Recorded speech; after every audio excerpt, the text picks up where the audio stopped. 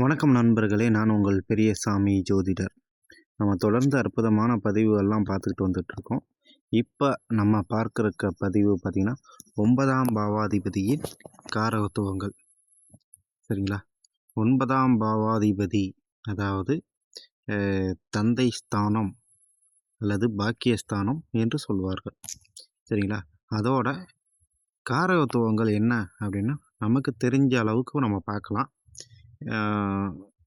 இதில் நான் சொல்கிற ஒரு விஷயம் என்னென்னா, சரிங்களா அப்படிங்கிற வார்த்தை வந்துட்டு எனக்கு வந்து அதிகம் பழக்கத்தில் வந்த ஒரு விஷயம். ஸோ அது வந்துட்டு ரிப்பீட்டடாக வரும். சரிங்களா? அது சின்ன வயசுலேருந்து அது பழகிவிட்டது. அதை முன்கூட்டியே நான் சொல்லிடுறேன். இந்த சரிங்களா அந்த வார்த்தையை கேட்க பிடிக்காதவர்கள் ஸ்கிப் பண்ணிவிட்டு நீங்கள் போயிருங்க. சரிங்களா? சொல்கிறேன்னு கோச்சிக்க வேண்டாம். 9ஆம் பாவா காரகத்துவங்கள் அப்படின்னு நம்ம எடுத்து பார்க்கையில் தந்தையின் நிலை எப்படி இருக்கும், அதிர்ஷ்டம் எப்படி இருக்கும், பாக்கியம் எப்படி இருக்கும், பூர்வீக சொத்து எப்படி இருக்கும்,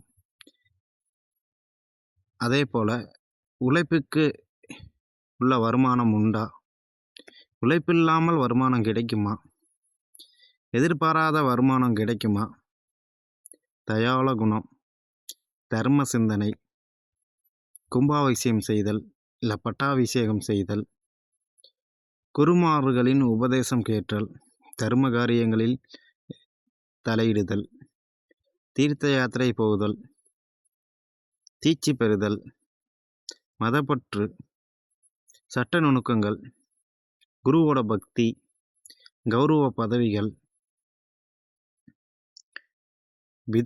பிதூரோட பாக்கியஸ்தானம்,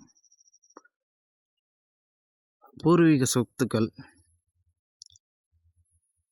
சாஸ்திர கல்வி ஞானம், உடலுறுப்புல வந்துட்டு தொடைப்பகுதியை இது குறிக்கும். சரிங்களா?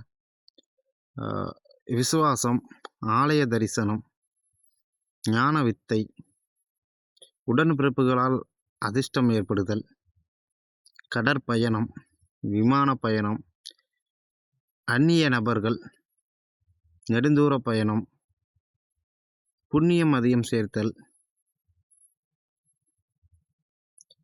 தேவ சடங்குகள், கௌரவமான வாழ்க்கை, பொருளாதார விருத்தி, யோகா, பள்ளிக்கூடங்கள், தர்மஸ்தானங்கள், திருமண மண்டபங்கள், வெளிநாட்டு கல்வி, தெய்வ நம்பிக்கை, ஆன்மீகம், அதை சம்மந்தப்பட்டு ட்ரஸ்ட் இது போன்று நடத்துதல், வேதம் கற்றல், நேர்மை, நம்பிக்கை, உபாசனை தெய்வங்களை வழிபடுதல், ஆழ்ந்த உறக்கம், தாய்மாமனின் குலதெய்வம், தெய்வ திருப்பணிகள், தெய்வ அனுகூலங்கள், குலதெய்வ கோயிலுக்கு இடம் கொடுத்தால், அப்படி இல்லை என்றால் குலதெய்வ கோயிலை எடுத்து நடத்துதல், பரம்பரை சொத்துக்கள்,